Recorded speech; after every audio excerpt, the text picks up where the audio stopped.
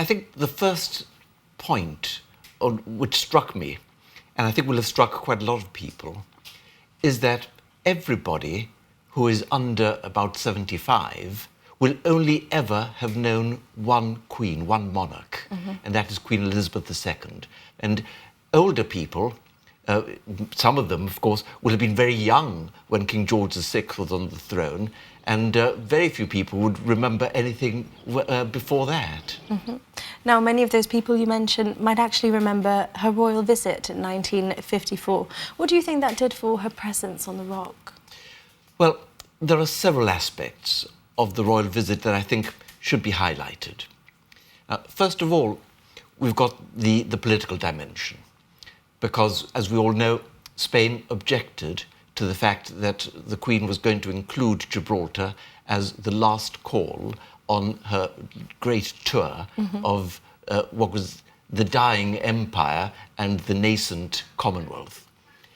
And we are told that the Foreign Office were advising the Queen to think very carefully and were more or less suggesting that Gibraltar should be omitted from the itinerary because there were fears that there were going to be some kind of incident, people coming in across the frontier into Gibraltar, which might disrupt the visit, and there were fears for the safety of the Queen.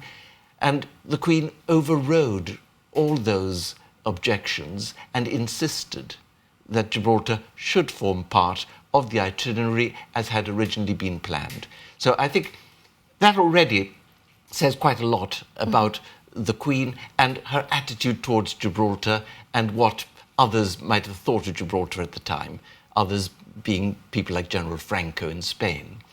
So that visit did go ahead, and of course the frontier was closed on the days of the royal visit to ensure that there'd be no disruptions from unruly entities from the other side. But let's turn now to the detail of the royal visit. Now, there'd been visits by ruling monarchs, reigning monarchs at Gibraltar before. King Edward VII was the first.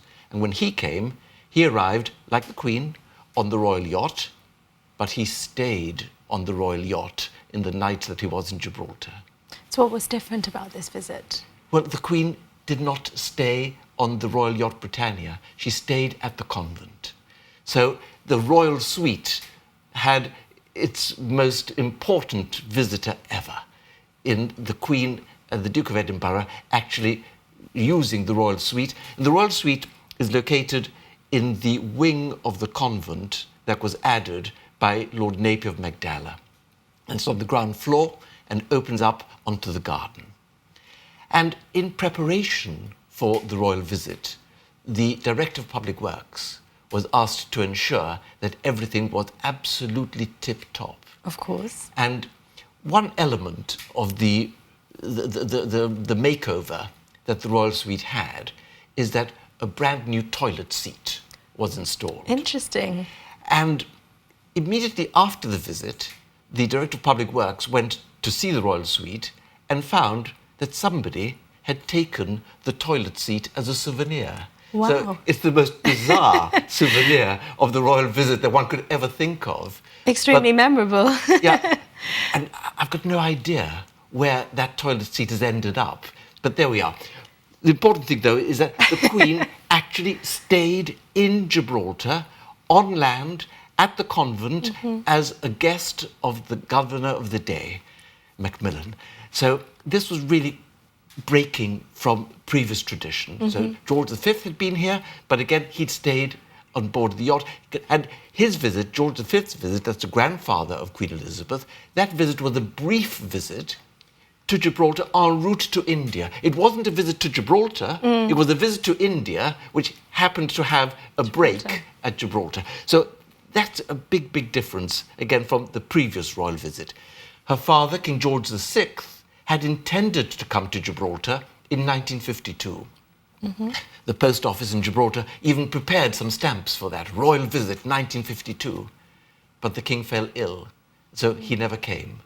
And so those who had prepared for a royal visit in 1952 found that it didn't actually happen until 2 years later in 1954. And as an aside, those stamps that were prepared in 1952 were all destroyed, except for 2 blocks, which are in the museum. I managed to secure them from London for presentation to the museum so that they'd be in Gibraltar rather than outside our shores. So we have those stamps here in Gibraltar We have now. those stamps here at the museum.